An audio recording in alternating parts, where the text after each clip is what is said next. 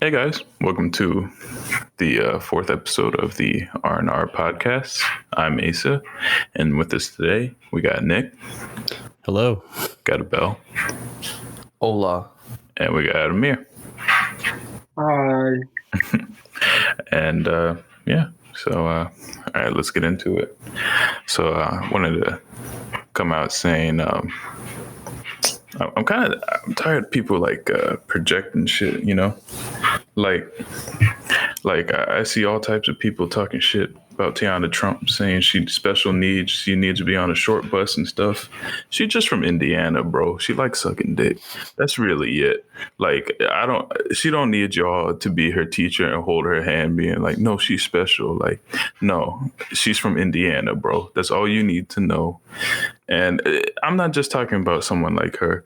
I'm talking about a lot of people. Y'all need to stop projecting without knowing anything about these people. And that's my spiel. Shout out to Indiana women. Yeah. For my spiel, has anyone noticed how often in animation, when we get black people in animation, they spend like half the movie not in a black body?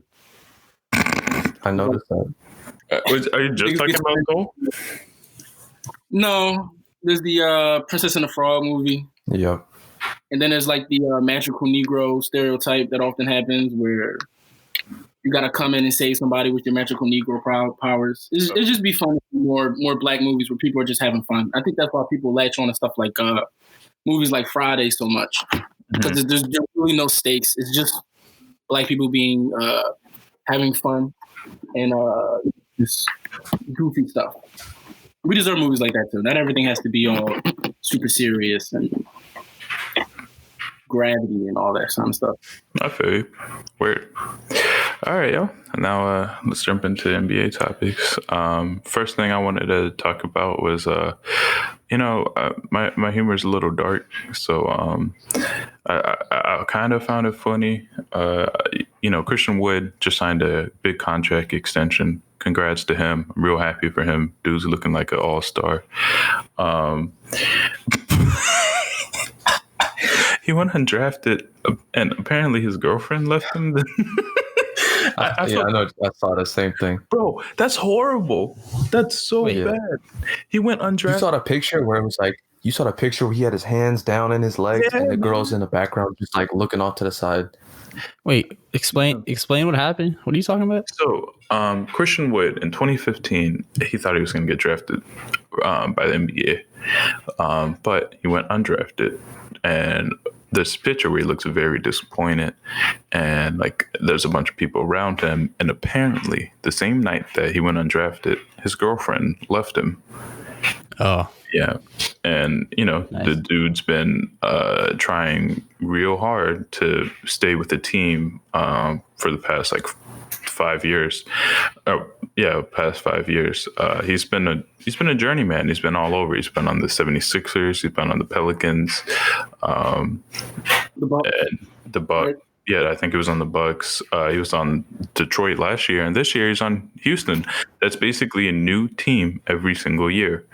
That's around 5 teams, and that's how long he's been trying to make the NBA.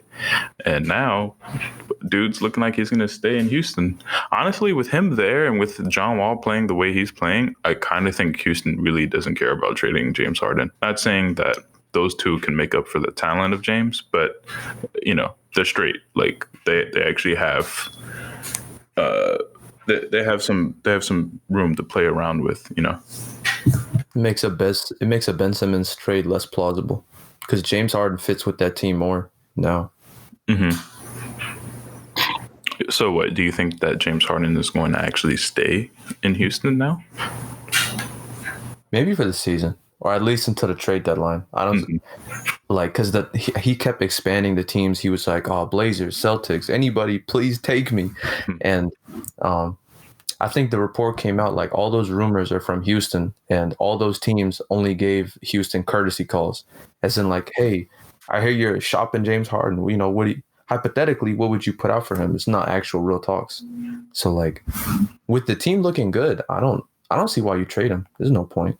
Mm-hmm. Yeah. Yeah, I don't know. I would think that I just would have thought that more teams would have had a lot more interest in James, but I guess it's not like that. I thought people would be like jumping at the bud to get him, but no. I think that teams are honestly more so concerned on like having James, like the type of attitude that he's shown in Houston. I think that's kind of maybe scared away some NBA teams. I'm all for NBA players taking control of their careers and doing what they want to, because ultimately they're the ones that make up the entertainment. They're the ones that make the NBA what it is. But with that said, I do think that James Harden kind of like, the way he acts kind of scares teams away. Like, it's not only his on the court stuff, it's his off the court things too. Like when he was at the strip club and he was violating like COVID guidelines and stuff. It wasn't a strip club. It wasn't a strip club? I thought it was a strip club. Did you see his Instagram post? His sister, because she's trying to be a boss. Actually, Wow. Yeah, Adam Silver was really pondering that. Yo, they really should have hit him with a harder fine. 50,000 ain't nothing to James Harden. It is nothing, man.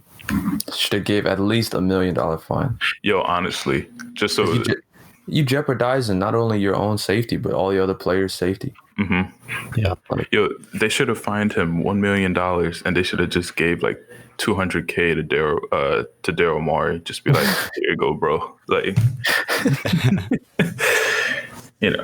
Also, speaking of Daryl Morey, I saw this tweet. It was like, 76ers have been in like a mess for the past 3-4 years, and then Daryl Morey came in there. It was like, yo, give me 2 hours.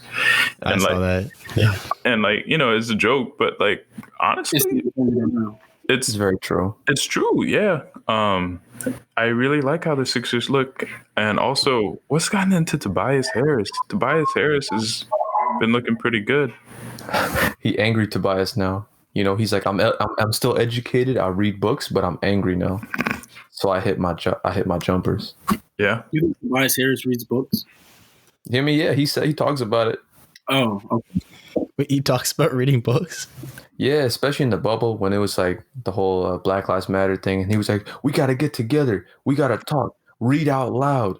You know what I'm saying? We got to read books together." I'm only laughing because I'm thinking about when LeBron said he was reading the Malcolm X autobiography, and they're like, "What was your favorite part about the book?" And he was like, his words." Hey, Tobias Harris set him up. He gave him the book. Yeah. He said, go out to the press conference, see what happens. Yeah, man. That was read LeBron. Man. He set himself up. He didn't have to read. He didn't have to be reading the intro to the book in front of all the media members, asking them a question about a book. He just started reading. He don't know shit about it. So why would he set himself up like that? That was so fucking stupid. It'd be funny as hell if he was like, "Oh man, I'm in the middle of reading," and he's got a bookmark on the first page. I don't know why. What NBA players do you guys think reads like on a consistent basis? Kyrie. I don't think Kyrie reads any like. I think he watches videos and like conspiracy theory shit. I don't think. Yeah, I think if he does read, it's like those kind of like, I don't know. It's kind of those books having to do with like astrology and like spirituality and shit like that. Reading books, bro. I think he's reading like Facebook posts and shit. Yeah. Yeah, that too. Pretty much. Yeah. I think Kyrie looks up a book he wants to read and then just watches the YouTube video for it. He might read audiobooks. I can see that. Yeah, I can see that. He listens to podcasts. Yeah. Shout out Kyrie Irving. You listening? Not our podcast. Oh yeah, no, yeah, he's listening. He's the number one supporter. Yeah, Mm-hmm. He'd be in the comment section. More conspiracies. I bet you Chris Paul reads 48 Laws of Power every night. Definitely does. And he tries to translate that shit on the court. He said, "I'm Napoleon."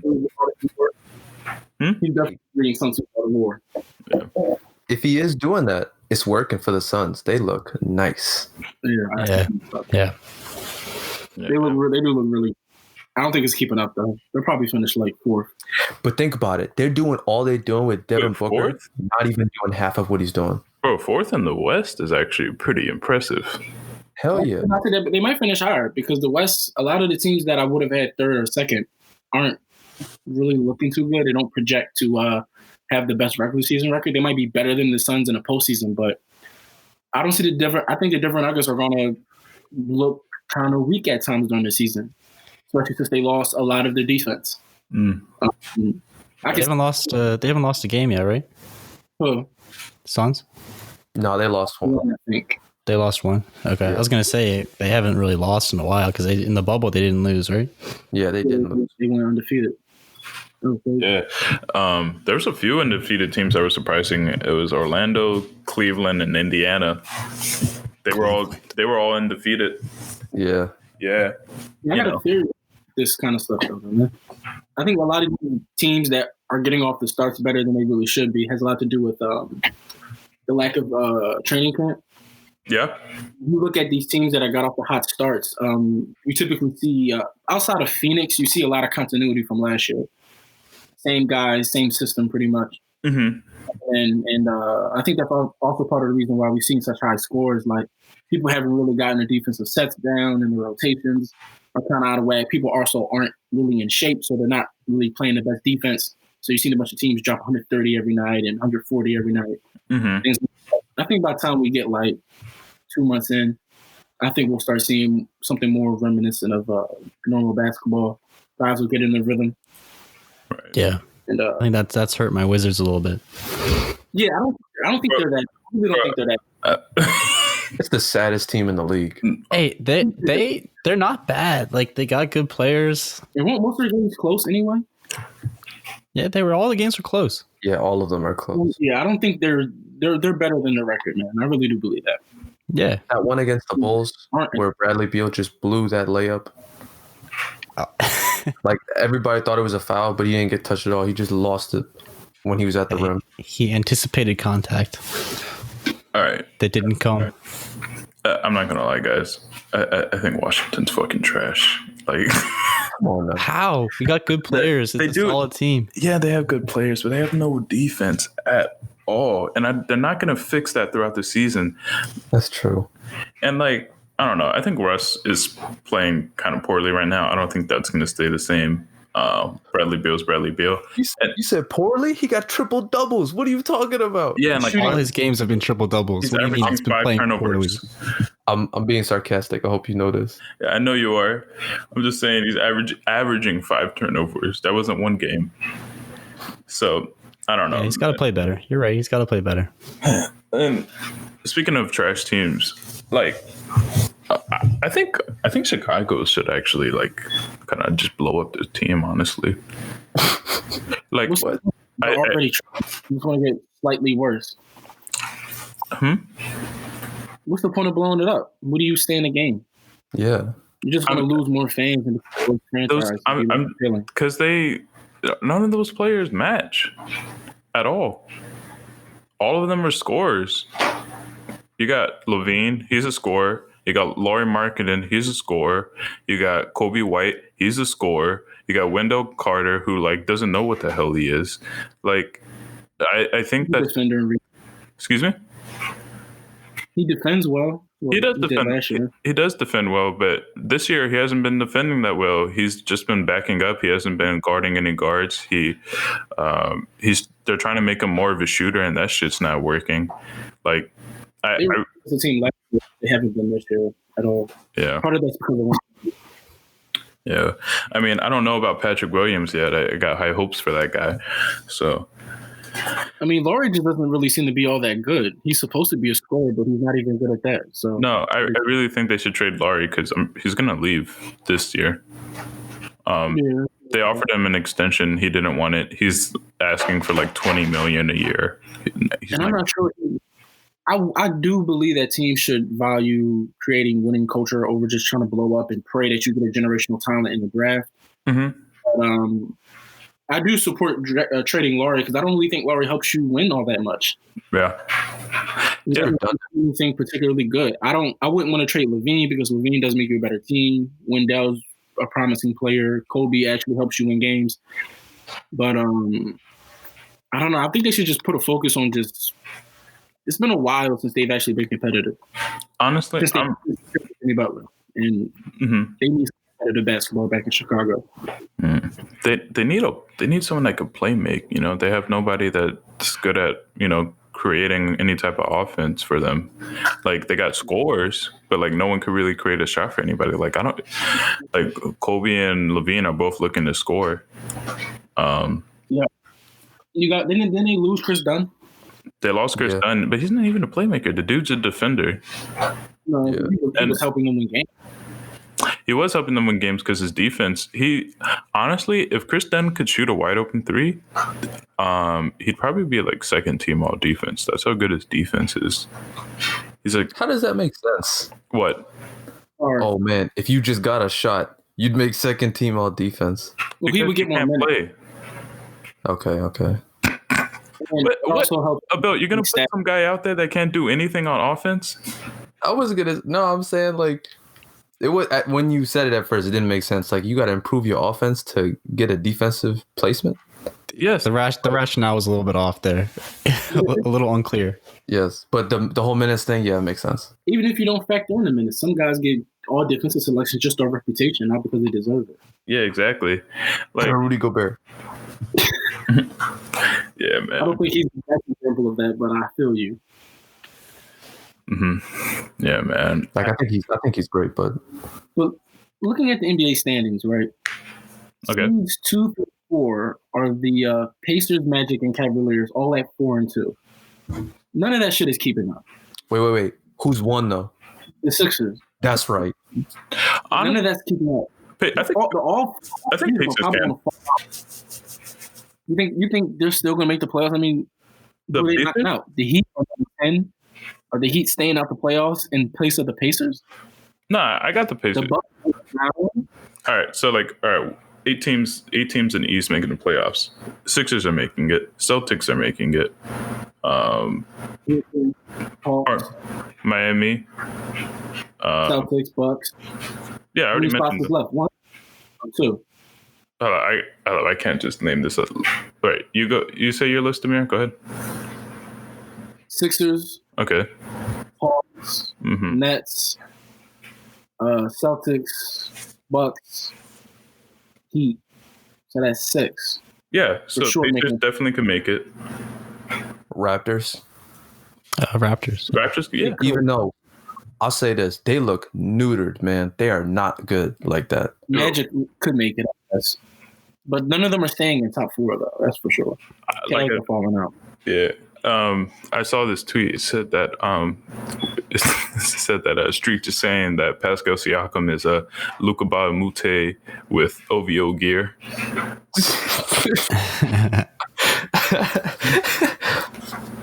Yeah, man. It's not wrong. Yo, honestly, I thought that Pascal was okay. I never was that crazy about his game. I was just always like, okay, it's kind of ugly, but he gets it done. But bro, he ain't getting it done no more. Nope. I mean, he has. You saw the Raptors sat him down? Yeah. For some disciplinary thing for one game. Pascal got in trouble. Yeah. Yeah, I think it was because he left the bench early in a game. Oh my god.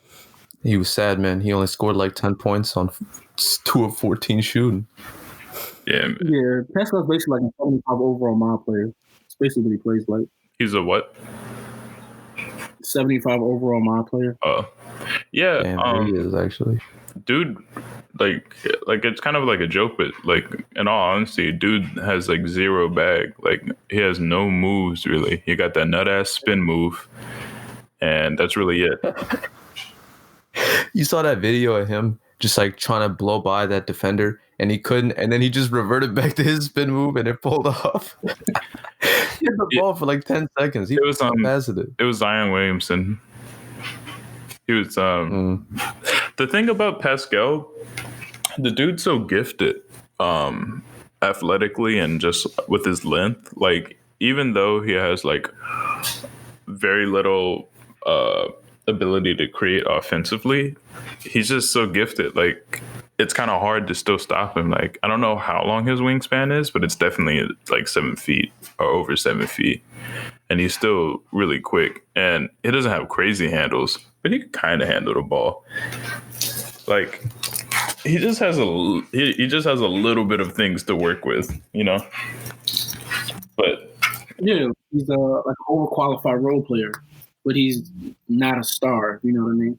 whoa, That's a very good way to put that. Overqualified role player, which is exactly what he was. When he's Right. hot, he's really good, especially when defense isn't focused on him and focused on someone else like Kyle Lowry or Kawhi Leonard. But once they actually hone in on him, he doesn't have an ability to create his own shot consistently. So he just struggles and puts up like 20 shots, hits 4. You know what I mean? yeah, He kind of get his shot through like the flow of the offense, and hopefully his 3 points are falling in. But yeah, or fast breaks. He gets a lot of fast break points too. pretty much, yeah. That's why their offense is so centered on that. Because like, there's not a lot of good shooters on the Raptors. They have good shooters, but like, There's no knockdown guys. yeah, And who's going to shot besides Kyle Lowry? Who's gonna what? Who's going to create their own shot besides Kyle Lowry? Fred? he's not been doing too good so far. No, he hasn't. But we know he could create a shot. It's only been like 4 games, but that dude's a bucket. He is. Fair enough. It has been a really short sample size, so it's not fair to just immediately assume they're going to be trash. Yeah, I mean, I don't think they're gonna be trash, but they're definitely. I definitely do think we're seeing a downfall of the Raptors. You know, We might have to trade Kyle. I don't think they're gonna do that, bro. He's like the heart and soul of the team. Or not because of like sentimental reasons, but it might actually be better for the franchise. Yeah, trade him for what? I don't know. James Harden. You might get a couple role players for Kyle and maybe a draft, probably a draft pick. Yeah, I'm hoping OG Anunoby kind of breaks out a little bit. I'm not expecting like 25 points, but maybe like 16, 18 points per game. An OG Anunoby, what does an OG Anunoby breakout look like? Like, what new skills is he going to get, or is he just going to get better at what he's already good at? He actually has some like offensive creating ability. Like he's a pretty good 3-point shooter. His ball handling isn't that bad, and he has a pull up jumper. So I would say just kind of. I honestly think him breaking out is just him getting more opportunity and like capitalizing on it. You know. It's not. It's nothing like. It's not going to be like a Brandon Ingram breakout, you know. Well, I think Brandon Ingram had more to do with opportunity too. Yeah.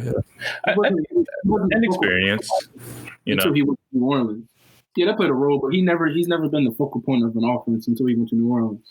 No, but like his game has changed a little bit since the Lakers. I feel like the Lakers were trying to make him to like a point guard kind of.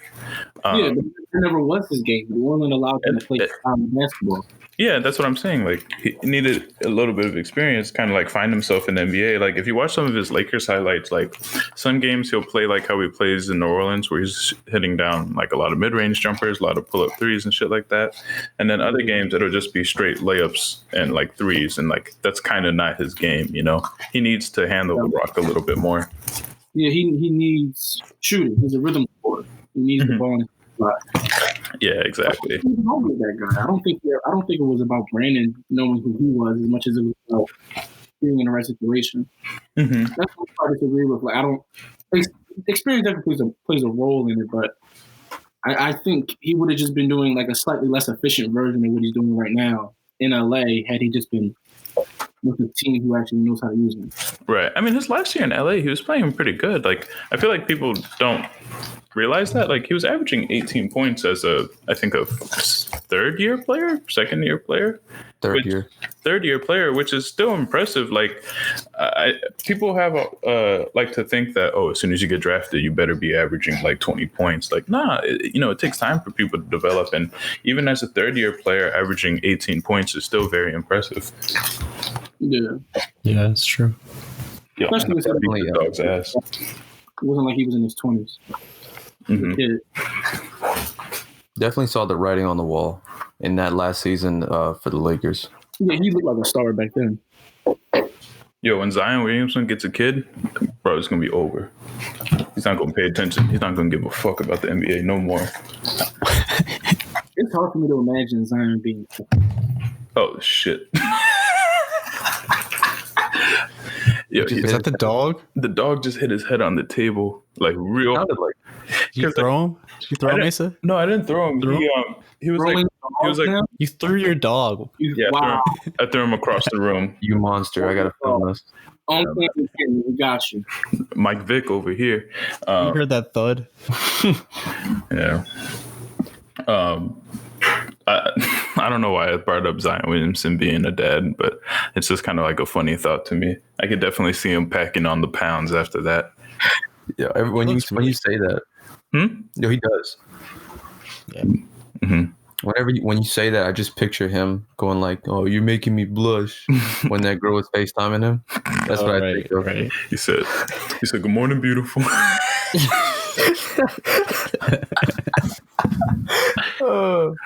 He said, "Why?" She said, "Why are you so handsome?" He said, "Why are you so beautiful?" Oh man. Yeah, God. Shout out Zion. Yeah, man. Badass. Yeah, man. He's not even really fat. Like there's fatter. The thing is, he's just swole as shit, and he has he has some fat on him, and it like makes him look really big. Like there's NBA players who have a higher fat percentage on their body, but just because they're not as like swole as him, they don't look that big. Like Jokic, huh? Like Paul George. He has a higher fat percentage than Zion. I don't know, but he's actually kind of flabby. Yeah, he is flabby. He's not like. You can't tell. Honestly, he looks like more like a marathon runner. Like that's kind of how he's built to me. Like that's his natural build. But he does not work out. Him and Kyrie do not lift. Like there's no convincing me that those dudes lift. They probably lift their own body weight. That's probably about as far as they go. I don't think it's really intensive. If you lift your own body weight too, I don't know, bro. Because when you lift your own body weight, you don't look swole, but like I don't know, you look a little bit more toned up than that. But then again, they run a lot, so it probably does take away a lot of their gains. Yeah. Kyrie lifts the basketball. Yeah, that's what he does. There's no convincing me that Kevin Durant fucking squats. No, like bro, no. He just bench presses. Mm-hmm. Yeah, his legs are the same size they've always been. His legs are the same size they've always been. Yeah. His arms got bigger, but that's about it. Yeah, man, but I don't know. Dude's always been kind of a stick. I remember there's this one picture I saw of him. It was his shirt off. I was like, I know he's an NBA player and he's in way better shape than me or anybody else in this room is, but like, Jesus, yeah, I don't know. It wasn't a pretty sight. And he's still single. I don't know. I think he was engaged for a bit, but I'm pretty sure he got like divorced, or not divorced. My bad. You can't get divorced if you were engaged. They just broke off the engagement and shit. Yeah. I think he keeps his personal life pretty private, though. What'd you say, man? Doesn't he keep his personal life pretty private? I don't think we know if he's in a relationship or not. No, but he was engaged. To a WNBA player, actually. I'm pretty sure. All right. All right. Yeah, I might be making up some bullshit right now. You might be. I never heard that. This was like years ago. You might be making it sound better than it is. Yeah, I don't know. This is Kevin Durant we're talking about. Yeah, bro. They probably broke it off because she asked him to brush his hair. That's very true. She was like, listen, can you just do that, please? And he was like, you know what? You're not the real MVP. She probably told him to stop wearing flannels and to stop smoking so much mid, and he got insulted. Went straight to his mom. Bro, you're 7 feet and you're black and you're wearing flannels. I don't know. I don't, anyone could wear flannels, man, but like I don't know. That just don't sound right to me. There's a height limit on wearing flannels. Yeah, there's a height limit. There's a height limit on wearing flannels, man. Also, this is strictly for people in like Philly. Actually, not wherever. I'm gonna need y'all to stop wearing those like Poppy Store long john shirts, like actual shirts. Like that shit's whack. Like what the hell are you talking about? Like you know those like long sleeve shirts at poppy stores? The long sleeve. Come on, Dickies. No, not Dickies. Just like you know those it's like those long sleeve shirts you typically wear them under your shirt. Oh yeah. Long johns? Yeah, long johns. What's wrong with long johns? Nothing's wrong with long johns. Just don't wear them as a shirt. Why not? Why not? That shit looks dirty, bro. Especially if it's tight? white. I don't know. It's just weird to me, bro. All right. Are you talking about like those raggedy old ass long johns people wear around like their normal shirts? Yeah. Well, they say that's because they're poor. You're being insensitive. I'm being insensitive, bro. Those shirts cost like I don't know, $3-4. These men drink 40s at like water. What do you expect them to do? Bro, I'm mainly talking about a coworker I have. Oh, He has a good amount, or not a good amount of money. He gets a fucking check. He could afford to wear some clean ones. This dude wears these dirty ass long johns every day to work. Same dirty ass sweats. well, see, that's what's wrong with y'all. Here you go, comment another man's. He probably just invested in the LLC. You worry about clothes. No, bro, he's just dirty, bro. Like a coworker went over his house and she was like, "Yo, this nigga dirty as hell." Hey, she's saving up. With the bitch you live like this? Yeah. All right, let's. I think we're done with NBA topic. Let's move on to our top 5 list of 2020. Our top 5 albums of the year. I'll go first. I actually. Board, man. Excuse me. There's no reason you should be saying top 5 albums of the year, and I shouldn't be doing fucking explosion sounds and shit. Oh. Yeah, we need some sound effects. Yeah. Stop. Don DeMarco. Stop. Some Stop. producer tags. Yeah. That's called motherfucking bars, nigga. You know nothing about that, Lil Yachty. You know why? Because you a mumble rapper. You could have stopped after the you know nothing about that. Now you got to say out the whole thing. When he screams, because you a mumble rapper, it makes me laugh. So who's going first with the top 5 albums? I'm going first. Yo, I ain't gonna lie to you. I'm gonna name my top 10. I'm gonna speed through the first 5 though. I'm gonna go top 5 and then mention honorable mentions quickly. But I'll do this slowly. The regular top 5. Yeah. All right. So, for my top 5, at number 5, I know it literally came out last week, but for all of comparing it to all the other albums of 2020, I got to put a whole lot of Red on there, just because I know I'm gonna like that shit way more than any other album. What number is that on? It's 5. Okay. Just because it literally came out last week, I can't put it any higher than that. And then number 4, I got Kai Solo with. Stop. Damn, nigga. What are you doing to your dog? That nigga bit me, bro. That motherfucker squealed. He's always squealing. All right. Squeals louder when you're not there. Yeah, he does. Oh, Jesus. Oh, that's like actually your dog now? No, he's not my dog. I just watch him on the Sundays, but he's basic. I don't know. Me and him are we're kind of homies, so I guess you could say he's my dog. He literally cries when Ace steps out the room. That's your dog, bro. Gotta take him. You know. At number 4, I got Akai Solo with Like Hajime. It's a pretty good project. That got a lot of spins in the beginning of the year.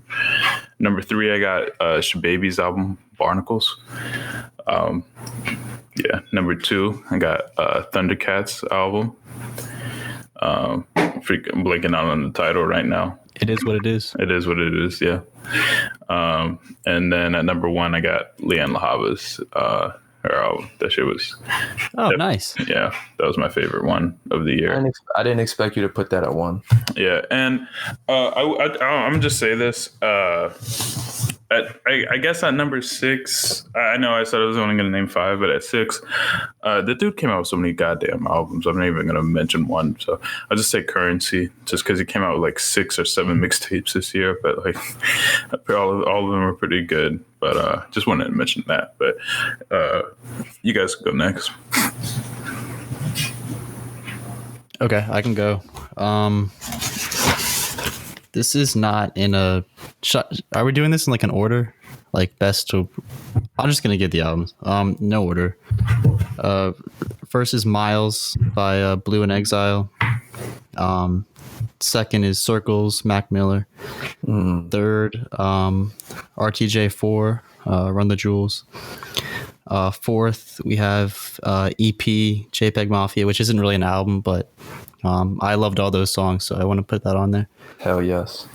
And fifth one is It Is What It Is, Thundercat. All right, cool. Shout out to the RTJ album. Like, Yeah, I haven't really that. listened to that one that much, but it's really good. It is really good. It didn't get a lot of spins though. I wasn't in that mood most of the time, you know. All right, I'll go. I'll just name my top 5, and then I'm just gonna name these other albums. There's a lot. Okay, but 5, Freddie Gibbs, Alchemist, Alfredo. I think it's one of Freddie's best albums. Not better than Pinata, but up there. Mm. Number 4, I got Leanne LaHavas, her self-titled record. Mm-hmm. Great album, great singing, amazing. Number 3, fuck all of y'all, Playboy Cardi, Whole Lotta Red. First listen, I was like, this is the one, and I still haven't stopped listening to it. I don't see myself stop listening to it. Every song is really good except for the last one for me. Number 2, it's not an album. I don't care. JPEG Mafia, his EP. I listened to all those songs as they came out, and he put them all together for a project. So that's going on this thing. Love them all. And the last song, Super Tuesday? That one's fire too. And number 1, it's easy for me. Sloss and Malone, Crater Speak. It's actually like some German name, but Crater Speak. Amazing project. It's a continuation from his 2019 album, and it gives me goosebumps every time I listen to it. Touches me in all the right places.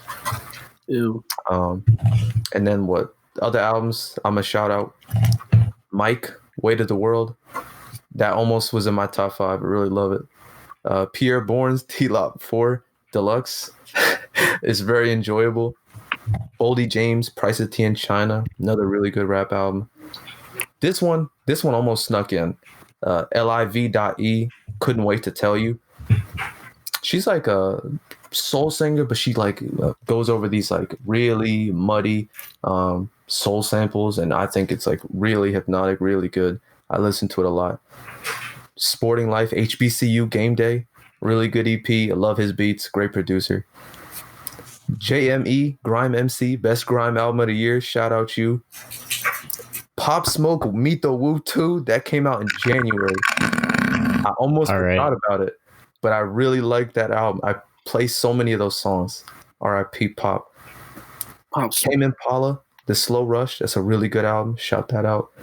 My man Ace already said So Baby, that's a really good album. Damn, What'd you say? Like, damn, nigga, this look long as shit, bro. You ain't like 20 fucking albums, my nigga. Like, damn. Calm down, yo. I'm almost done. God. Shout out Ka. He came out with a really good album. I don't listen to it that much, but it's nice. Brent Faiyaz, Fuck the World. Amazing R&B. Shout that out. And 21 Savage. Savage Mode 2. I'm about to stab you. I love that album. Right. It's nice. Well, since the Bell named 10, I'm going to just name off 4 more because I said Currency at 6. 7, I got Euro Droog. 8, I got Young Nudie. 9, I got Boldy James. And 10, I got Savage Mode 2. All right, and quickly, I'm just going to list off 5 more. Fuck all y'all. There's a lot of good music this year. Fuck my dick, man. Fuck all y'all niggas. So quickly, Little Dominique's Nosebleed, The Koreatown Oddity, Niagara by Red Veil, The Price of Tea in China, Boldy James, Alfredo, and Purple Moonlight Pages by Milo. I was going to say that too. The Rap Forever album, it's really nice. Yeah. Bitch, fuck you. Listen, man, fuck you. 7 albums. You guys are dicks. Anyway. Fuck the World by man, fuck you. I can't remember the nigga name. Brent Faiyaz. Brent Faiyaz. Yeah. First was by Mac Miller. You guys are dicks. Club Soda Volume 2 by Cookie Kawhi. Time's Up by Lakia. She's a QC artist. I fucks with her. Cookie Kawhi, Club Soda, by the way, if you didn't know. She's the one who made that song that's really popular on like TikTok and Twitter, where it's like, if I back it up, is it fast enough? Shit like that. It's like Jersey club music, and it reminds me of my childhood, you know, being 12 and horny and going to parties and rubbing my genitals against the backsides of other young children. Very appropriate behavior for 13-year-olds to be getting up to. Absolutely. Good time to that Jersey club music. Whole Why Is You Here by Flo Milli. It's just really fun album. Shoot for the Stars. I was a fan of Pop Smoke before this album, but I really, really enjoy his R&B shit. It's got to be my favorite Pop Smoke project. Rest in peace, Pop Smoke. And only because 2020 is a really, really weak-ass year in regards to everything. Whole Lot of Red makes this gets honorable mention just because there's not a lot of good albums that I really fuck with this year. So it's pretty fun. So many. There's so many. There really is. Well, I guess it's just not my taste then. Y'all listed a lot of albums I have not listened to and do not plan on listening to. But there's a lot of low-key stuff that came out, like artists that I hadn't heard of till this year, and I started listening to them, and they just creep in. Like Mike, I didn't start listening to Mike until early this year. Can we highlight artists that we fuck with, but we didn't feel the need to put their albums on this list? Because there's a couple people I was looking at. I'm like, I just didn't fuck with your album enough to put you here. What you gonna say, Lil Baby? No, asshole. I was gonna say people like Baby Mother. Oh yeah. Bitch's Hero. I know y'all probably never heard of her, but she's another like grimy ass, like her. Well, let's say she's grimy. She's probably along the same lines, the type of rapper of like a Herbo, Dave East. You know the type of lane I'm talking about. You know the type of people that listen to these artists. So, like a street rap. Yeah. I've been really, really getting into Blood Orange's discography this year. Became one of my favorite artists. I fuck with this shit heavy. And for anyone who's a fan of elevator music like I am, check out the Pat Metheny group. Make very chill music to fall asleep to. Oh, that's about it. That's a nice mention. Yes. Has anyone ever listened to the Pat Metheny group? No, never. No. You remember? Is anyone familiar with the anime JoJo Bizarre Adventure? I know about it. I've just never watched it. Remember that song that's associated with it? The big one, right? Where it's like very bombastic. Oh no, not that one. That's Yes. The song Roundup. That song's a classic, by the way. That song Last Tram Home. Y'all probably never heard it though. It's one of the outro songs. But anyway, check out Pat Metheny group. Really cool. That's it. I wanna shout out Navy Blue. His Ade Iran. I just started listening to that like a couple days ago. It's really good. It probably would have made my top albums. What type of music is it? It's like that same lane, like the Slum Village, rappers like Mike and. I think Amir would think it's boring, bro. Yeah, he would. Like it's in the same vein as some rap songs by Earl. Oh yeah, that's not for me. Yeah, like most of the rappers in that scene are like that, and like I really enjoy it. I didn't enjoy it until this year. You know, like, or last year. I forgot. I should have put this in my top 5. The Charlie XCX album, How I'm Feeling Now. That album is hard. That shit goes fucking hard. Yeah, I didn't know good you pop. liked that. Shit. It's a good pop album. It is. That is my shit. I just want to go over hard. Last one for me. I just remembered it. An artist named TK Maidza came out with an album.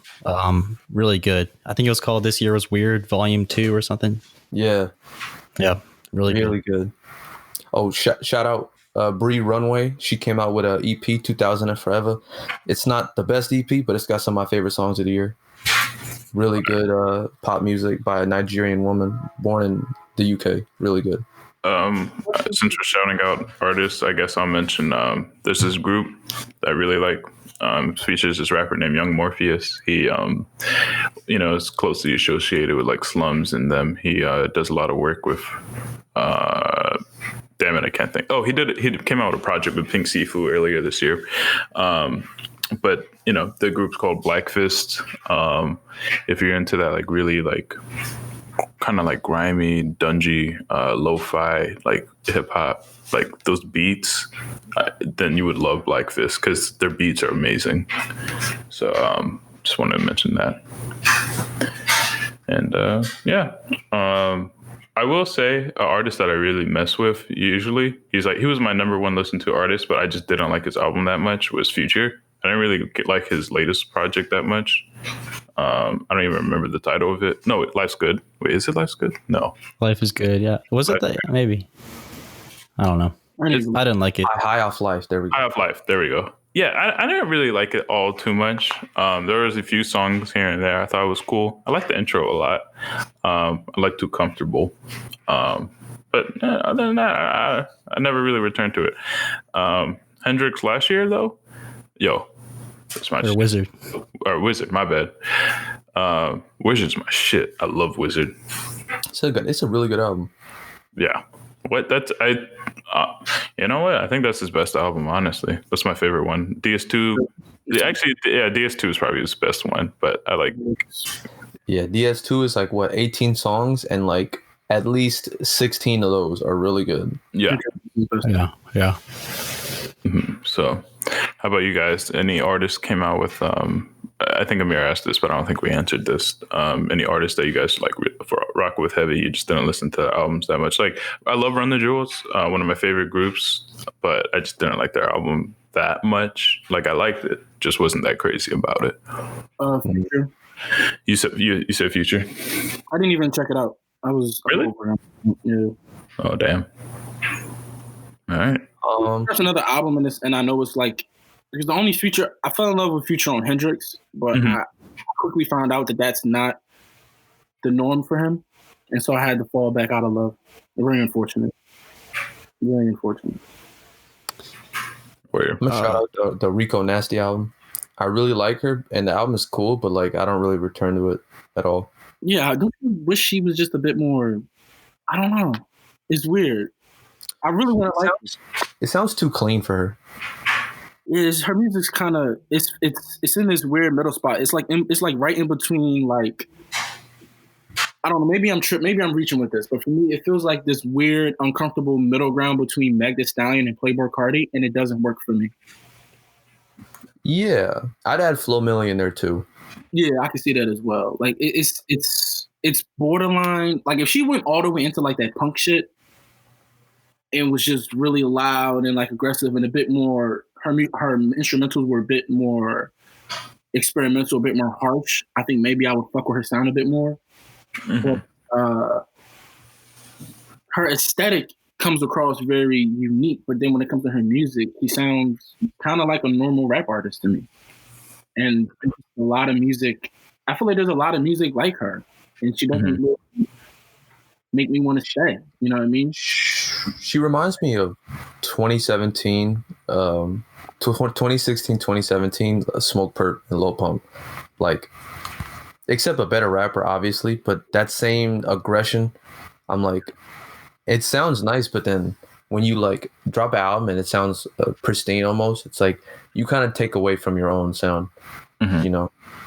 Like, I do agree with you. I wish he would just go full foot force towards that whole aggression punk sound. Yeah. You know, kind of like what Playboi Carti did with Whole Lotta Red. He said, y'all thought I was repetitive on Dial It? No, I'm repetitive on this. I think the parts where Carti's yelling are like my favorite parts of the album. Hell Reggie yeah. Carter.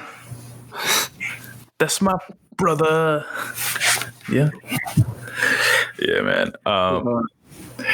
You know, an album that I haven't listened to yet, surprisingly, and I know it'd definitely be on my top 5 if I gave it a chance, is Rock Marciano's album. I love Rock Marciano. Definitely one of my favorite rappers. I just have not listened to Mount Marcy. It wasn't that good. It wasn't that good? It wasn't. I mean, it's good. It's Rock Marciano. He's not dropping trash, but like for him, it's good. Was it like his last album? Marcialago, that shit was fire. No, it's not like Marcialago. Marcialago's better. All right. If you guys have never listened to Marcialago, just check out the song with Ka. It's called Ephesians. Yeah, Ephesians. Just check out that song. Or check out the song Richard Gere. It's I'm telling you, you're not gonna regret it.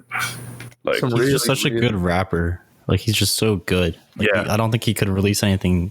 Like, as you said, he couldn't release anything that was like bad. No, somebody who would you compare him to? I don't, bro. I think Rock Marcy is Rock Marcy. Yeah, I was gonna say Cobb, but like they're both their own thing.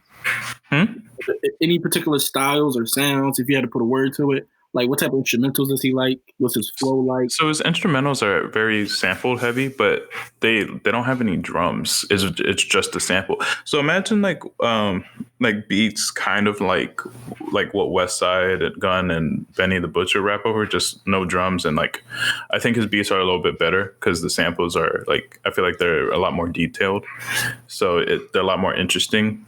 And I find this beat to be a little bit more atmospheric because he really tries to set a mood with his albums. Like he has this persona of him being like a pimp and like being like on the streets or whatever. So he tries to like portray that in his music. So his music kind of has like this dark feel, but it's also really smooth at the same time. And like the way he raps, almost every word rhymes. Like almost every single word rhymes. Yeah. And like there's no filler words. No, and it all makes sense. And like his lines, I love his lines. You know, like he says shit that really just sticks with you. Like I remember. Catch yourself saying out loud. Does he have any lines that like you might catch yourself just saying out loud at random times, or? Yeah. Like he has this one line where he's like, "Tell someone to come suck what's behind the zipper." Like, like it's just a creative way, you know, of saying "suck my dick." But like he said, "God bless my soul, I'm a sinner. The path of righteousness is thinner." Or I don't, or the one that me and Abel really like, or I don't mean to blow my own tuba, but I'm that bull. Yeah, this is the way he says it. I like that. I don't mean to blow my own tuba, but I'm that bull. Mm-hmm. It's like, oh man, he says things that are like they're said by a lot of rappers, but nobody really says it like he says it. Like people say that about rappers, but it's really true with this guy. He just says things in a different way. So his instrumentals aren't very percussion heavy. No, there's no drums, but any bass or anything like that. I mean, there's bass occasionally. It depends on like the sample and like how like fast it is or something like that. But he doesn't typically make bangers. It's more so like his songs more so focus on the lyrical content. Yeah, it's pretty calm, I would say. Yeah. I really like his stuff. Although I will definitely say it's very much mood music. Like I can't pump that shit every day. Okay. The difference. I mean, I guess that's why I like Ka more, because although they're similar, Ka's a lot more personable and poem heavy. Like it's not about the bars, even though he has bars. It's about like what he's saying. Like he says shit like he's just an OG on the street, and he is OG on the street. And I don't know, for Ka at least his beats bang more especially on like the Hermit and the Recluse album. Man, if that came out this year, it would have been one. I'm gonna say that right now. I listened to that album so much. Honestly, my favorite Ka album still is Honor Killed the Samurai. That one's up there. Yeah, but all right, you know, I think we're. How about that? What? I actually kind of like that album. Yeah, it's a good album. I don't remember anything he said the entire time, but it was very atmospheric.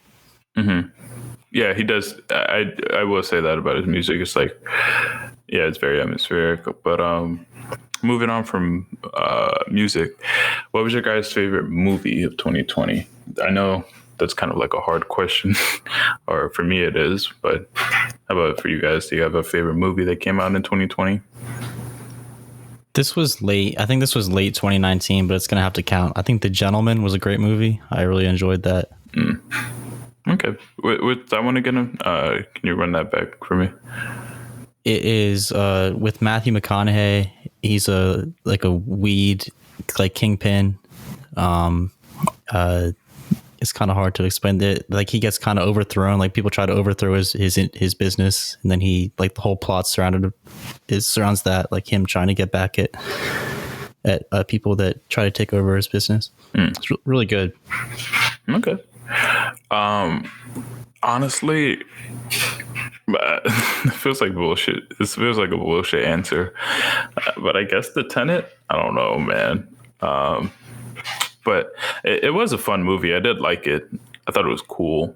I honestly just like the whole idea and the concept of a movie more than the actual film itself, I will say.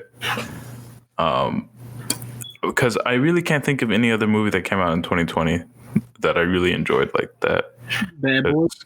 Huh? Bad Boys. Oh, no, I didn't watch that. Bad Boys. I saw it. It was How was it? It was Bad Boys. Yeah. Yep. It was okay. It was dumb fun. Bad Boys Really? for life. Yeah. Yeah. Martin Lawrence is back, right? He's back. Did you enjoy Tenet more than you enjoyed Power? Power? Oh, yeah. Yeah, way more. I didn't like Power. Project Power. Project Power. I know. Yeah. Like tone issues and shit like that, right? Yeah, it had tone issues and it had pacing issues, and I don't know. The movie was just kind of like a mess, man. A lot of really good movies came out this year, man. I'm sure they did, but like I just can't think of any. Doolittle, New Mutant. You like New Mutants? No, these are terrible movies that dropped this year. It's I thought. Did you say a lot of good movies came out this year? a lot of trash movies. Oh yeah, okay. I haven't really seen a lot of movies this year. I heard Birds of Prey was really good, and I meant to see it, but I never caught it. That came out last year. It did? Yeah, it came out December of like 2019. Yeah, No. it did. Yeah. It came out late 2019. Yeah, it was solid. I liked it. Google just lied to me. Google told me it came out 2020. Googling shit. I can't think of one, man. I don't know if anyone else has like a favorite movie this year. I didn't really like the movies that came out this year. You gotta join the hipster wave. Movies don't fucking matter. Watch them 2 years after they come out. That's how I treat almost every piece of media I consume, to be honest. That's how I am. Like I heard the Borat movie was nice. I'm not gonna watch that till next year. It was. Yeah, it was funny. You should give that a watch. You know what was actually kind of solid that came out this year? The Eric Andre movie with Tiffany Haddish. He actually dropped that. Yeah, well, yeah, he dropped it. I just, I watched it. Eric Andre and Tiffany Haddish had a movie. Yeah, I didn't know that. it was called Road Trip.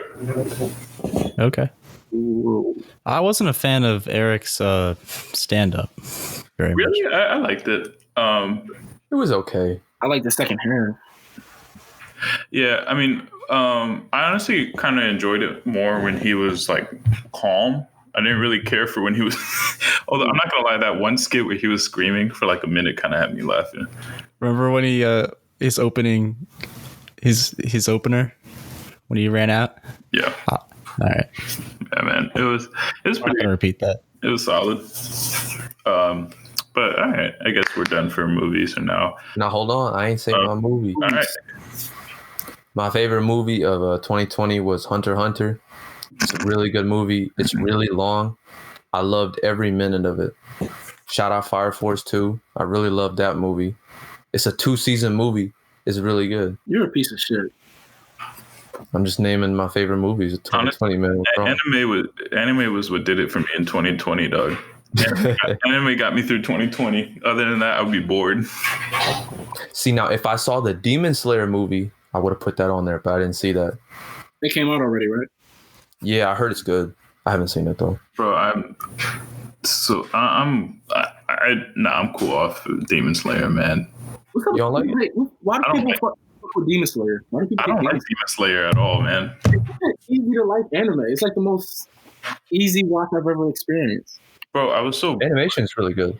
That's really it. I was just bored with it. Like nothing grabbed me. You didn't like the characters? You didn't find them trying?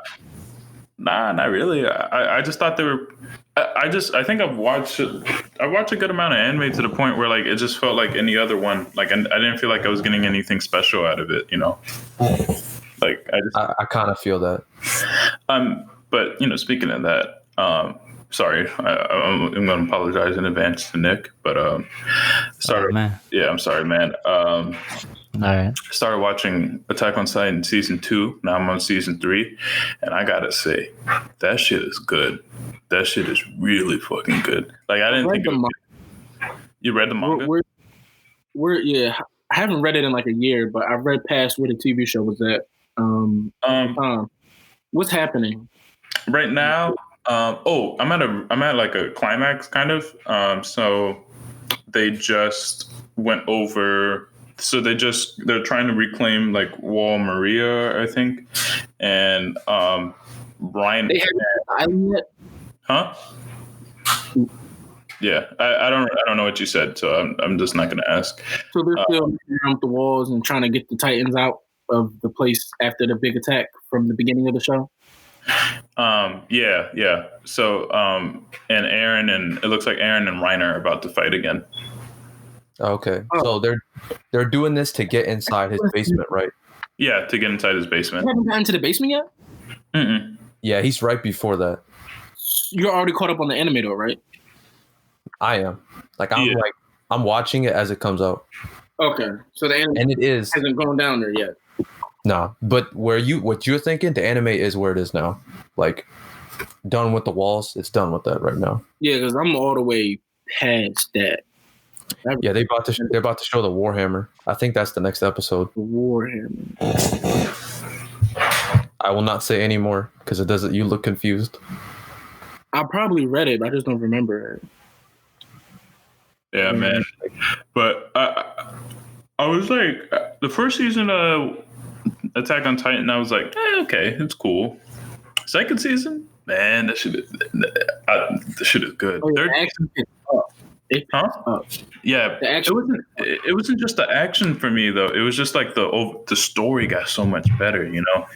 Yeah, yeah. Did you notice like in the first season obviously they were laying down mysteries and questions that get answered later, but you're given so little information, you have no context. Everything's so confusing and stupid in the first season. Like when they put such a heavy emphasis on Historia, until you realize why Historia is important, it just feels like a waste of your time. Like she's not particularly likable.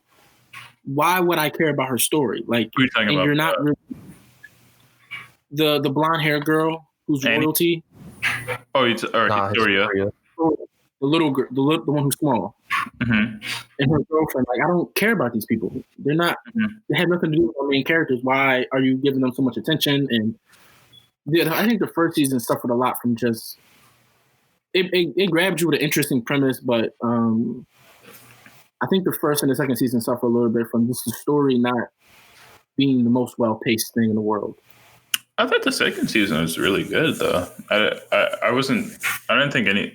Second season is when we started finding out a little bit about Historia. Honestly, what carried the second season for me was just like the whole thing with like there's more humans that could turn into Titans, and like there's like there was they introduced so much. Like I was just like episode to episode. I was like I'm trying to figure out what's going on. How did you feel when they were done with the wall and then Reiner just turns around to Aaron? He's like, "Oh, yo, Aaron, we're the beast Titan and the other Titan. You want to come with us back home?" And he's just like so calm about it. It wasn't. How did you feel when you saw that? I'm like, bro, you're not supposed to say that. Like, shut up. Yeah, Bertolt was like, "Yo, Reiner, what are you doing?" Like, but like, I remember watching that and it didn't make sense why he did that. But like, because Reiner's insane. Mm-hmm. Yeah. Especially where the anime is now, they're just like going into his mind, and I'm like, yeah, he's really I think he's suffering from like PTSD from being too deep undercover, also from being a child warrior. Yes, and having way too much responsibility. And like they showed his backstory with his childhood, and I'm like, yo, it's the saddest thing. Yeah, like he's one of my favorite characters, but. Mm-hmm. I mean, the commander is my favorite character. I'm gonna just say that. Of course. What a surprise about Erwin? Yeah. Yeah, Erwin. Oh no, I fuck with Erwin. I thought you were talking about the other commander, the bad guy commander. No. He's not particularly likable. He's not really fun either. The Wonder Boy. My favorite character is probably I would say probably Erwin. Erwin's that guy. He is that guy. Erwin's up there. I like Potato Lady. Brett. She's nice comic relief. I like. You know who I actually like a lot too. Not necessarily for how his character interacts with other people, just more so kind of what he does in the show. I really like Armin because he's like the smartest one in the whole Scouts. He always figures out some shit somehow. Armin is clutch. Armin is definitely clutch. Like, yeah. But Erwin's definitely probably my favorite character, just because like Does anybody actually like Mikasa? Yeah, I'm neutral towards her, I would say. I like her. I don't care for her. I don't really like her either. I don't care I don't like for her, but I don't like her. Like, I don't like her, but I don't dislike her. That's why I say I'm neutral. Absolutely. Yeah. I hate that she simps for Aaron so hard. Yeah. She's like, oh, he saved me this one time. He gave me the will to live. Also, it's really weird how I'm not 100% sure about the nature of their relationship. Yeah, that too. There's a lot of weird, like, I don't know, maybe I'm just looking too much into it, but there seems to be a lot of weird messaging about, like, is the show trying to tell us that her feelings for Aaron go deeper than just admiration? Probably. Grew up like siblings, so kind of weird. Although they met each other at like 6 or 7. what? Like that. Yeah, like, Maybe and they had a older. death experience. But regardless of that, I think it's funny how the way she feels about him, and he's just like, oh yeah, I care for you like a sibling, and she's like, I love you more than that, and he's just like, yeah, okay, that's nice. Yeah, it's really creepy. Actually, it's kind of just. Yeah, but I don't know. Aaron just needs to pipe, calm her down. Anywho, what should I expect from the man who throws dogs? I never threw him. He, I don't. We all saw him throw the fucking dog, and here you are trying to deny it just because our viewers don't have video. Me and this dude. We all heard him scream. Yeah, because he was biting me. So you had to throw him? No, he's a dog. What do you expect? To be thrown? No, he screams when he bites me sometimes. Oh, okay. All right. Justifies it. What? Makes I never sense. did anything to me and him get along just fine. You can say whatever you want, Mike Vick, but we got you on camera. All right. You hear that, FBI? All right. I'm really, don't tell me anything, but I'm really curious to find out who that blonde hair dude is with the glasses. The one that's with the Beast Titan. Oh yeah. He's a fucking asshole. He's a pawn. Yeah, he is. Although when you learn his backstory too, it's all sad. Yeah, but I don't really feel bad for him because he's cool. Yeah, I don't feel bad for him. He's cool over that shit. I don't really feel bad for anyone's backstory, low key. I don't know. Like, No, you haven't even got You're bro. going to understand why Rainer's Yeah, you don't know nothing yet. is a victim. Like, he really had no choice at any point. Yeah. yeah. Okay, so You don't know nothing. You know nothing. I might feel bad for Rainer, maybe. I mean, I felt a little bad for Levi. He just had a rough life, but it was nothing crazy. Yo, when Kenny comes back in the room and his mom is dead, and you just see Levi like just on the side of the room, like dying, and he's just like, "Do you have food?" Yeah, man. I how do you get? I thought it was a little weird, like the whole like bloodline things and like how like certain bloodlines like kind of like rid you of mind control from the Reese thing, but I was like, whatever, it's anime, like because I don't know, it kind of felt like it came out of nowhere, but then again, you got dudes turning into like Titans, so what can you expect? Can I ask you a question? Sure. There's something that really bothers me about anime, and it's I'm kind of sick and tired of anime that borrows so heavily from Christian inspiration. I'm just bored of it. Does anyone else get that? Because it seems like almost every anime has like Jesus imagery or like messiahs and shit like that.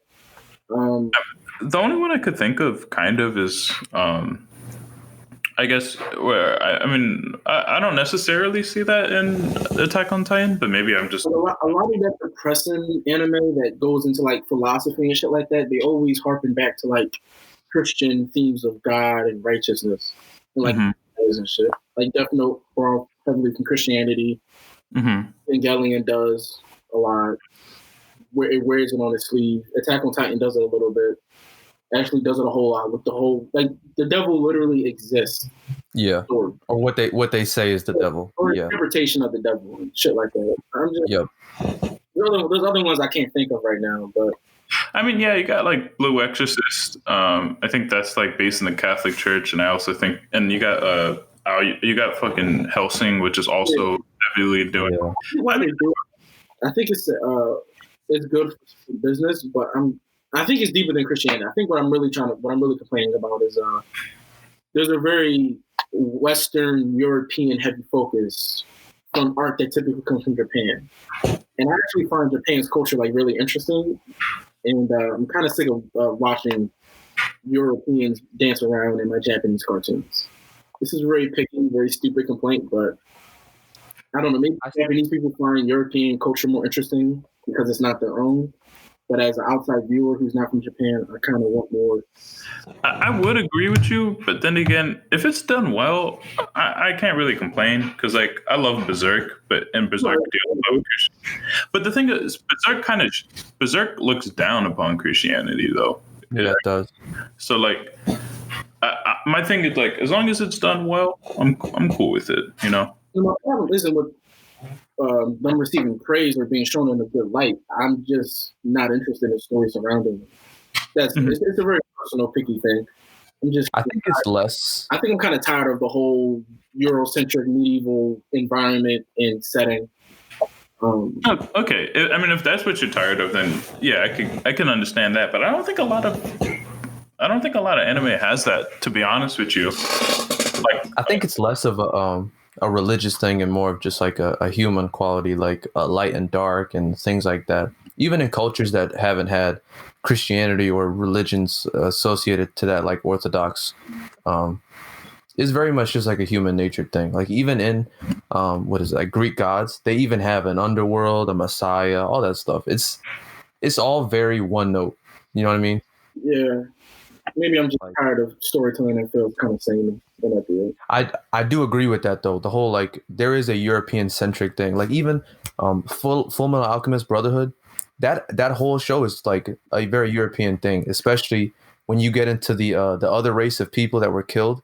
Yeah. When you have the race of Scar, they're essentially the Middle Easterns and all that stuff. Yeah, it's like I get what you mean and I agree with you.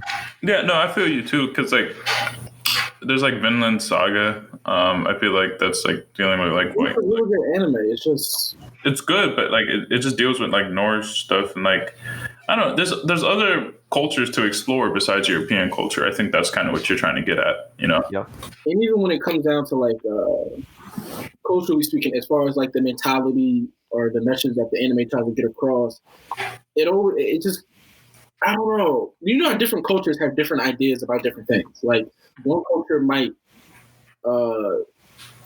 hate this thing, another culture reveres it because they just have a different frame of mind, a different idea when it comes to analyzing certain things. You know what I'm saying? I don't know. I think I'm just tired of very Western-centered type of stuff. Mm-hmm. That might be what it is. No, I feel you, man. Because like the culture I grew up in. Mm-hmm. Now that you mention it, I think of Fire Force, and even though it takes place in I'm gonna say pseudo Japan because the whole world breaks apart and then reforms, it still has a whole like religious theme that's based in Christianity. Like it's like they have their own pope and all that stuff. They just scrap a lot of Japanese culture, and then the only district that has Japanese culture is just like against everything that the show is. And it's the best parts, funny enough. Yeah. But all right, guys. I think that's it for like, TV and movie talk. I got one more. All right, Nick, go ahead. I started watching Jujutsu Kaisen. It's amazing. Funny enough, it is what you were saying, Amir. It is Japanese centric. It is not Eurocentric at all. Yeah. I love it. Takes place in Kyoto. Really, really good. It has to do with curses. There are no gods. There are no heroes. Just curses and humanity. Okay, that actually sounds like somewhat interesting. Yeah, it's fire. Fight scenes are fire too. Like they're boxing, but like they have magic, but they're boxing. I do love boxing. Fair enough. You send me that and message that to me if you would. Appreciate it. The name? Yeah. Yeah, I got you. Appreciate it. So what are we talking on next? Just as far as our news segment, I just wanted to talk about MF Doom passing away. Just wanted to say R.I.P. That's really it. Dude's one of my favorite rappers ever.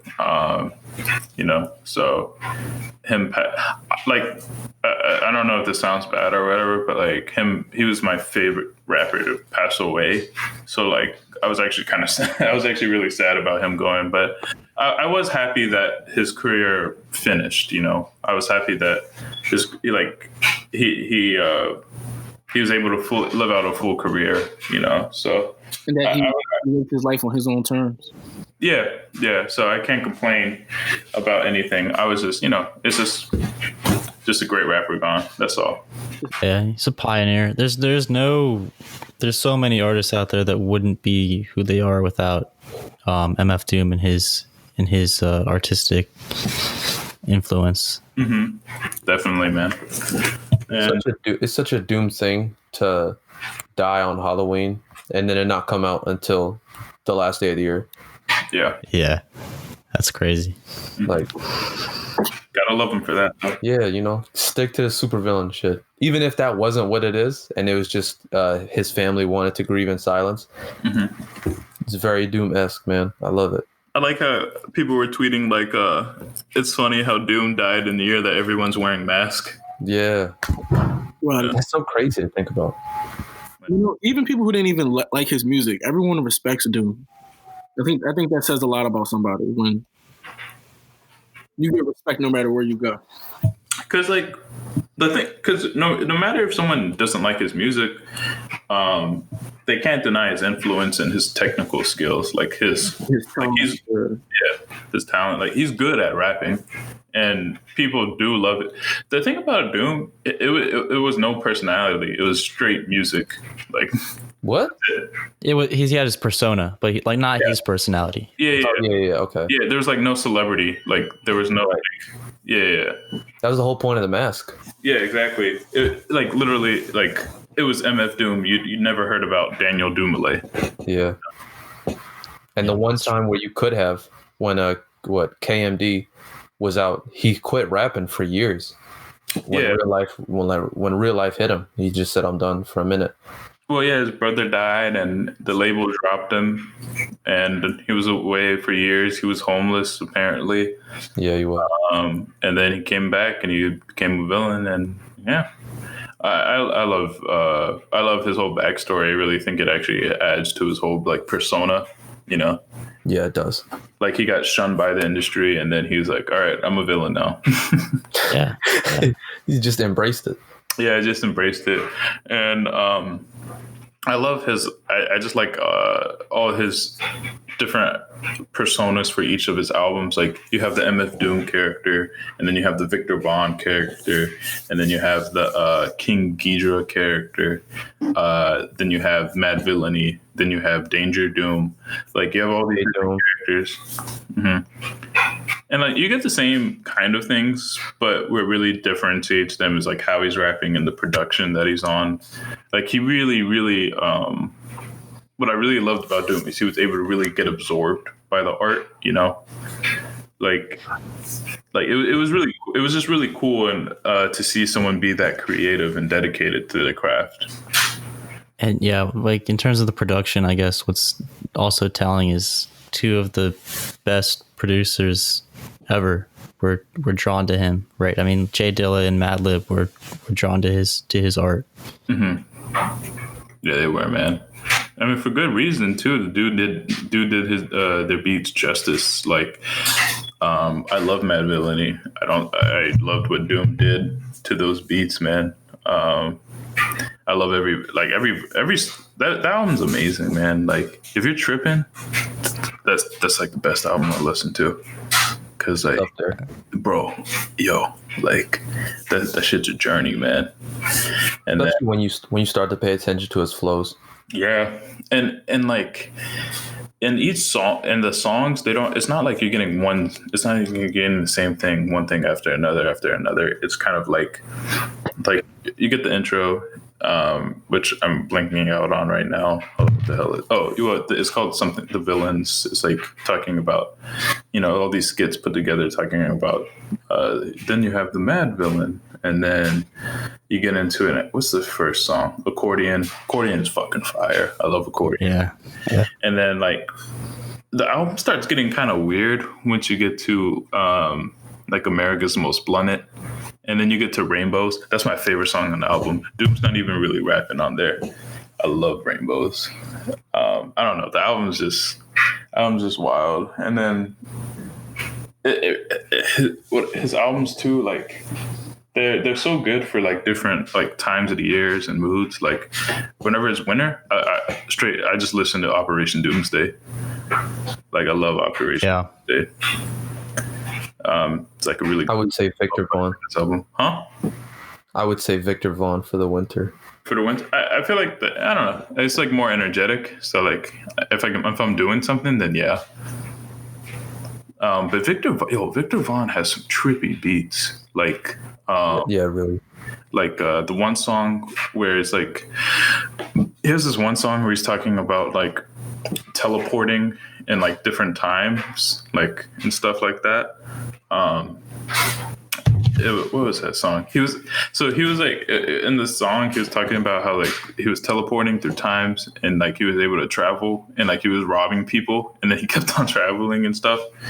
Like it's like super nerdy, super abstract, but that's Doom for you. I saw you tweet a line. What if these walls could talk? They probably still ignore me. Yeah, I think that was on Lick Upon. Yeah, it was on Lick Upon. Yeah, he made a Kendrick Lamar reference. Nah, this is before Kendrick. So where does "If These Walls Could Talk" come from? It must be some old ass poem or something. I think so. It's like an old saying.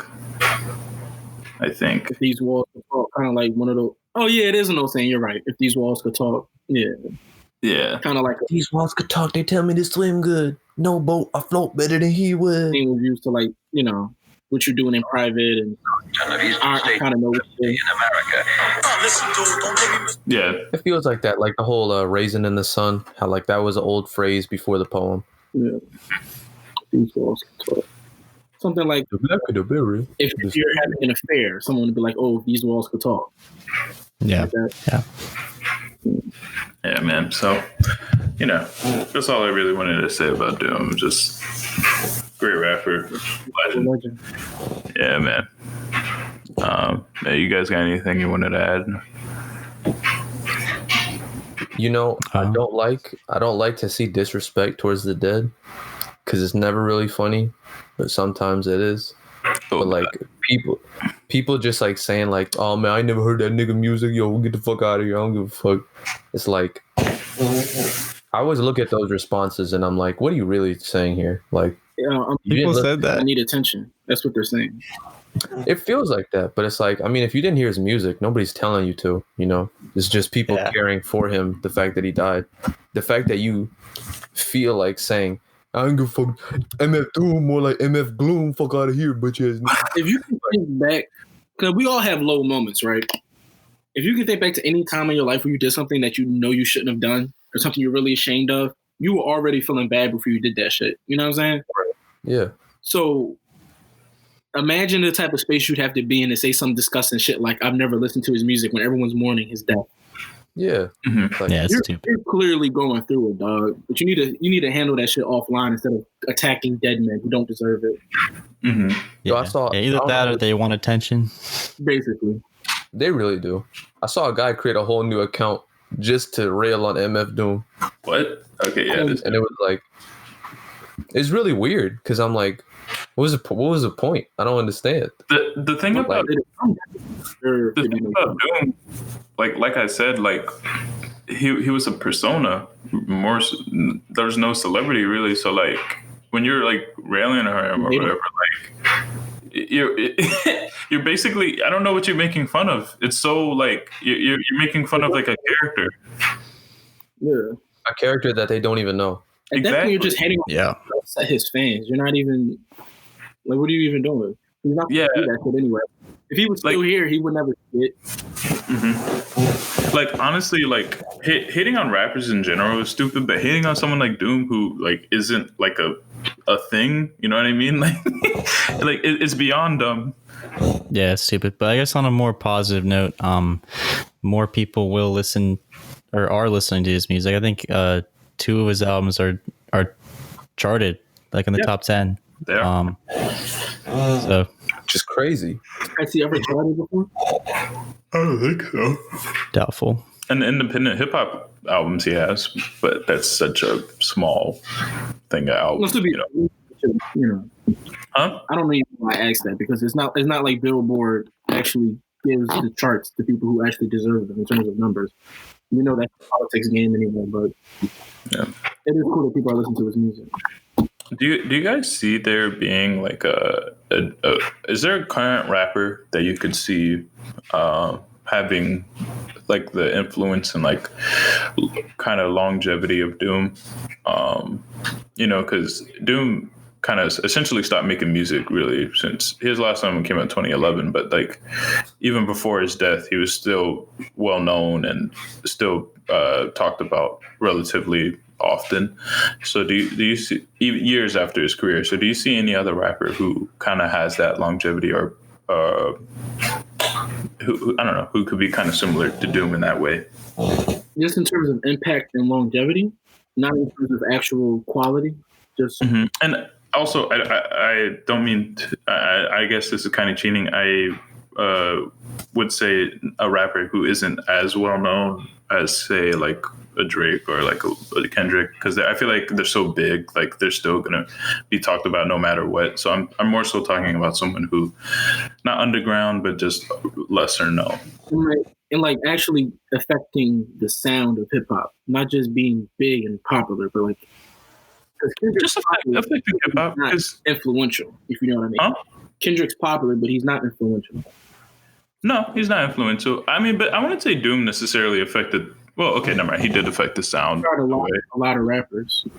He influenced rappers, but with their rapping and their like the way that they would like kind of I would think go into the writing process. Like basically Doom kind of showed rappers you can do whatever the hell you want. Honestly, that was his influence, really. Is it Make up a character rap. their sound, or where's their influence on their sleeves when it comes to MF Doom? Is there anyone you can think of that wears the influence on their sleeves when it comes to Doom? Yeah, early Earl, you could easily tell he was influenced by Doom. Oh yeah. What I think my favorite MF Doom nickname is your favorite rapper's favorite rapper, because it's very true. Like He's the one shouted him out. Say that again. I hear that quote started with your favorite rapper's favorite rapper. Yeah. That's who that come from? I mean, I don't know if they said it before him, but rappers say it about him all the time, man. Like, because it's very true. Mos Def has a whole video, like a 2-minute video, just him gushing about MF Doom in like the early 2000s. And he was like, you have a rap battle between Wayne and MF Doom? I put 100 bands on Doom. And then he said the shirt on, at least a button up line. He's like, to all rappers, shut up, or at least put on a shirt and at least a button up. Yo, yeah, and I'm like, rappers are stripping males out of work jerks since they shut down Chippendales. Oh, I actually listened to that song today. That's beef rap. Yeah, so good. I love that intro, bro. That's such a good, like the build up to that shit. Yeah, so good. Yeah. But yeah, I don't know. I don't know if there's any rapper that could will have that longevity and influence. Maybe the only one I'm maybe thinking about, and oh man, my computer's getting low. Maybe I don't know. God, Kanye. Like I said, Kanye's too big. Yeah, that's what I'm saying. Like he's too popular. Popular? Yeah, I said that. Influential, but not popular. Not that popular, because Doom was never that popular. Because I said, like if you're that popular, it's kind of easy, or not easy, but. What about Young Thug? Actually, maybe because people talk about him a lot, but he actually doesn't consistently do a lot of numbers. He sells less than all his influences. Yeah, his last album I think was like his first one to go platinum quickly. Yep. So like, Maybe. and that was that wasn't even like his most hyped album in terms of like his actual fans, but I guess this was the most commercial. It was his most commercially successful, yeah. A lot of his sons are actually doing better than him financially, which is weird. A lot of his what? A lot of his sons are doing better than him financially. Yes. Maybe more popular than him, which is weird to say. And that's Young Thug's child. Like, I think Lil Baby's bigger than him, yeah. Yeah, which is crazy. And He I was think bigger than him first year. Who? Like the first year, the Lil Baby had that collab with Drake. Bro, is Roddy Ricch bigger than Young Thug? Yeah. Roddy Ricch. Yeah, he is. Bro, the box is huge. Thug never had a song like that. Mm-hmm. The closest he got was Lifestyle, and that was getting made fun of more than he was getting praised. Honestly, yeah. I think that people will be talking a lot about Pusha T and the whole Neptune scene a lot when he stops making music and when Pharrell stops making music. I don't think Pharrell's ever going to stop making music, but I think that when Pusha stops making music, then people will really keep on talking about him. Maybe, yeah. A good one, actually. I don't know. He's like my favorite rapper, so like, of course, I'm gonna be biased, but I'll probably say Danny, just because like no one makes shit that sounds like that. Or Danny Brown, for you guys that don't know what I'm talking about. Him? Huh? Copying him? Not now, no. I don't know if people ever copy him, but No, they copied him in 2011. yeah, they did copy. Nobody was rapping about what he rapped about. Who copied him? Yeah. In 2011? Any rapper that started talking about doing drugs instead of selling it. Oh. There was no rapper who was just like, I pop a Molly, pop a X, you know? Like, nobody was so open about, no, I don't sell drugs. I do them, you know? Yeah. And then it became a whole thing. And then people weren't as open about like not only doing them, but the downsides of doing them. Like Danny talks about every side of drugs. He's got some depressing songs. He does depressing songs, honestly. And I don't know. I can't see anyone trying to copy his like production because like that shit's so out there. I don't think it's going to help you sell records if you copy Danny Brown either. Yeah. Nah. I mean, he's like relatively, or he's kind of popular, but he's not like that big. I mean, but it's Danny Brown doing Danny Brown sound. You think you're going to do Danny Brown better than Danny Brown? Nah. Yeah, and people also love his personality. Exactly. He's very likable. Mm-hmm. Yeah, and we had a TV show for a bit too. That's right, he did. Mm-hmm. Yeah, he had one on Vice. Yeah, he did. Vice fucking sucked.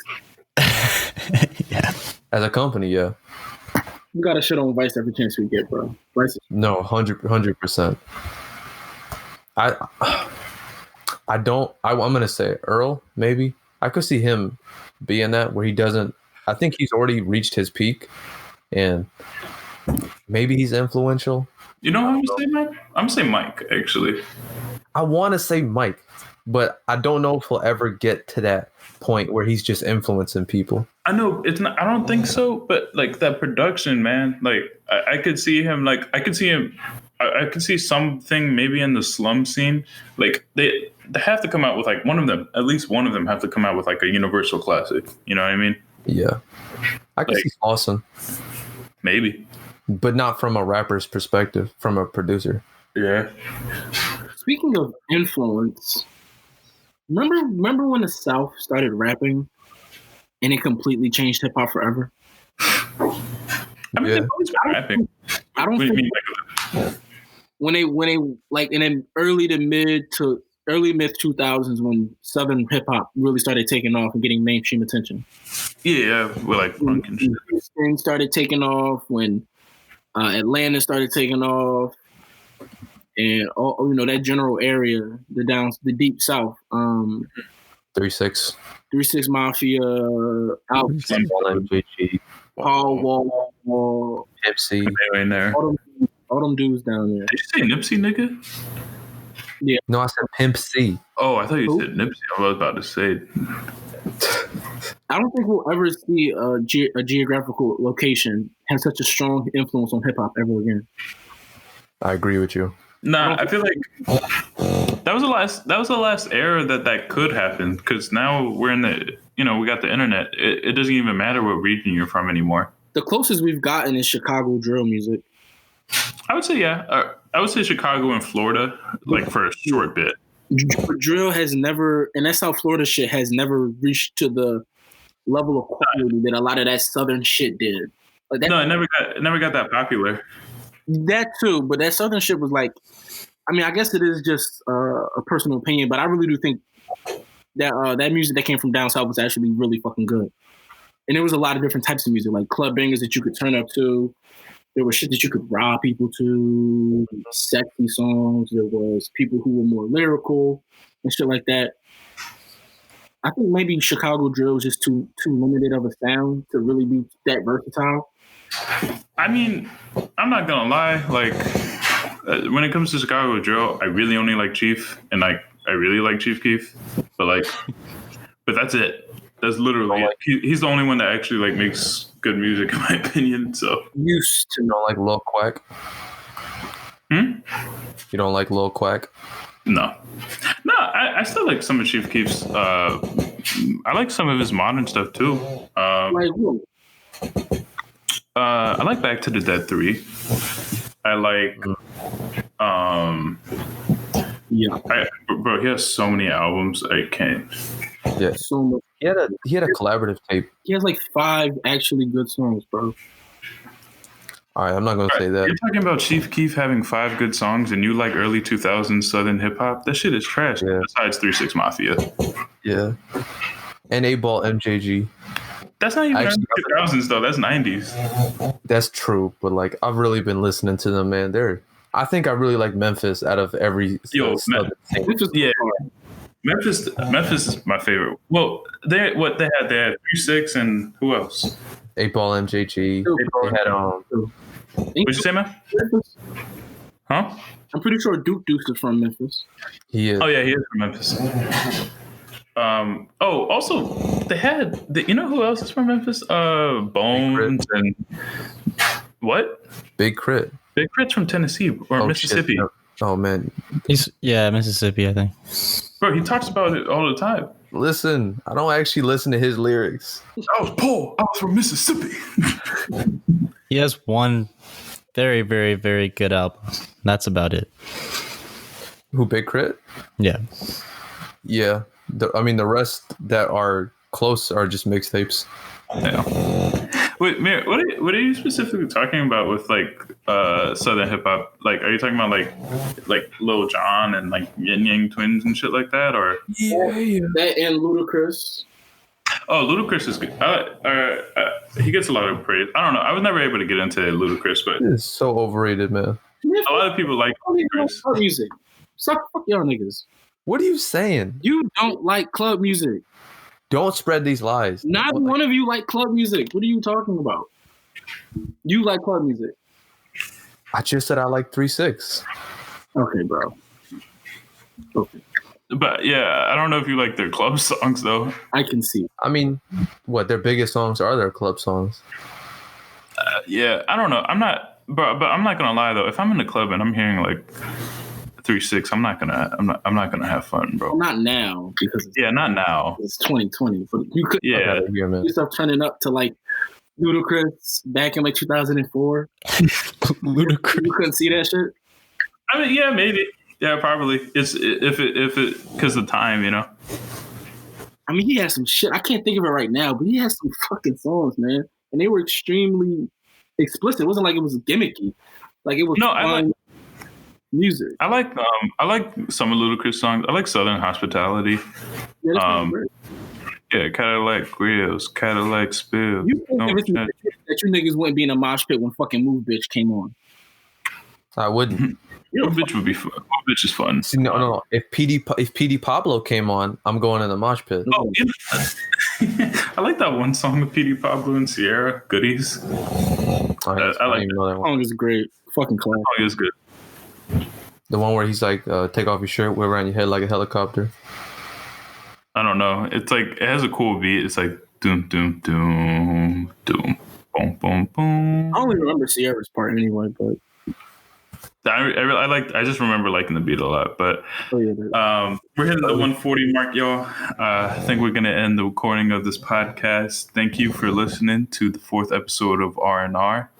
Remember to send us emails in the description below. I have the email link there, and yeah. See you. Peace, bitch.